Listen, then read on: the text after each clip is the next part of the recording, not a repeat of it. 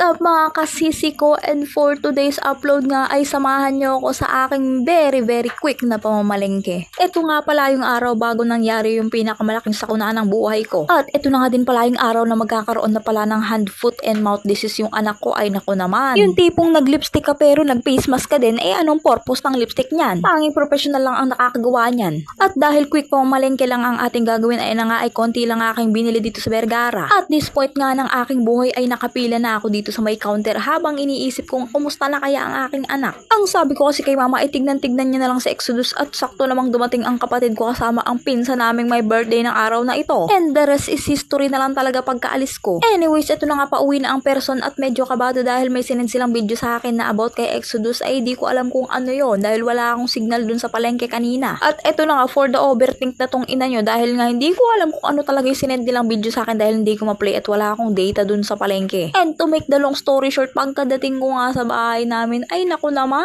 nakita ko yung sugat na Exo sa tuhod. Tapos tuwang-tuwa pa yung dalawang tagabantay niya. Diba? Expectation versus reality. At nung maggagabi na nga ay umandar na ang aking kabaliwan. Happy birthday! Woo! Happy birthday! Mag-babysitter ka muna. Bago pa. Crisel, the badminton player.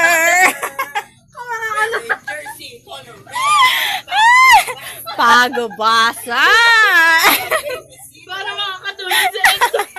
Paano daw makakatulog si Exo kung maingay kami? And now for the red corner, wearing glasses with clown and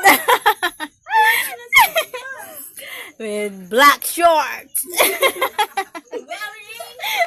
Number. Let's get ready. Sa mga hindi nga pala nakakakilala sa akin ng lubusan dyan, ay ito nga pala talaga ang aking tunay na personality. Talagang maingay, mapalatawa, komedyante, di ba?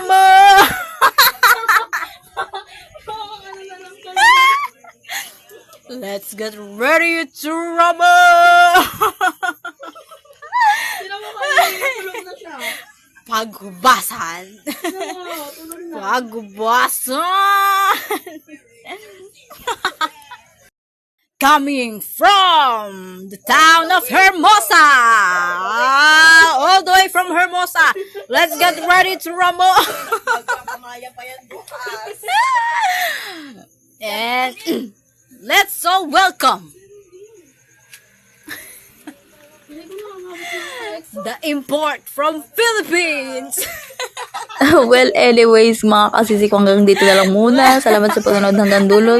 See you on my next upload. Babush!